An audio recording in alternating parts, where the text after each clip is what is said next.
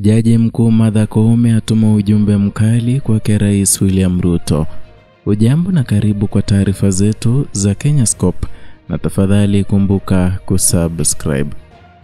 Mahakama Kuu ya Kenya kupitia msemaji wake Paul Ndemo imejitokeza rasmi kulaani vikali ongezeko la matumizi ya nguvu kupita kiasi na ukandamizaji wa maandamano ya amani yanayoendelea kushuhudiwa nchini Kenya.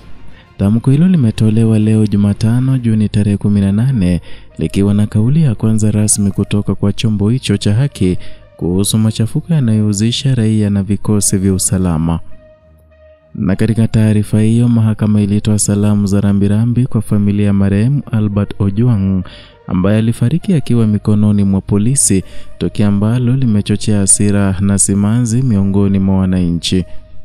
Aidha, mahakama iliwatakia nafuu ya haraka majeruhi wote wa maandamano hayo ambayo yamekuwa yakifanyika kwa wiki kadhaa sasa.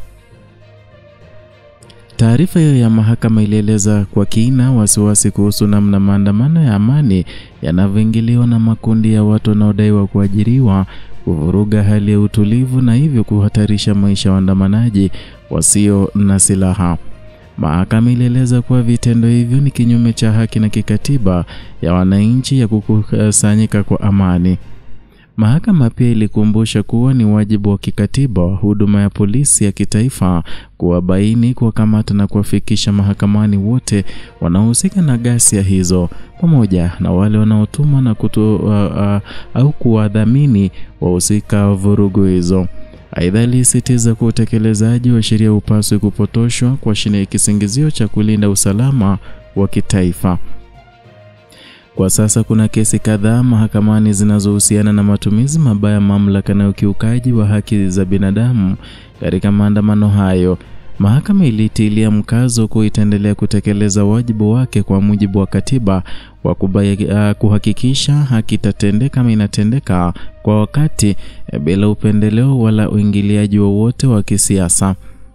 Na katika kueleza kwa nini majaji na maafisa waandamizi wa mahakama mara nyingi huwa kimya kuhusu masuala yanayozua mijadala mikubwa kitaifa, mahakama ilibainisha kuwa kimya hicho ni sehemu ya misingi ya kimataifa ya kulinda uhuru wa mahakama.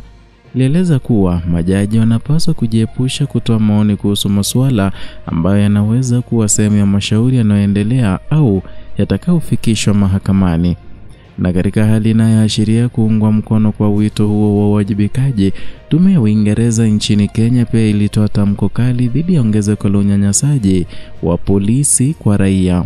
Kupitia taarifa yake, ubalozi ulisema umetatizika na ukatili ulioonyeshwa na polisi dhidi ya raia wasio na silaha na waandamanaji waliokuwa wakitekeleza haki yao ya kikatiba kwa njia ya amani. Ubalozi ulisisitiza kuwa ni wajibu wa polisi kuendeleza uaminifu kwa wananchi na kuhakikisha wanalinda raia badala ya kuwadhuru. Kauli hizi kutoka kwa taasisi za ndani na nje ya nchi zimeibua matumaini kwa umma kuwa haki huenda ikapatikana, huku wito wa kusitisha matumizi ya nguvu ukizidi kushika kasi katika nyanja zote za kisiasa na kijamii.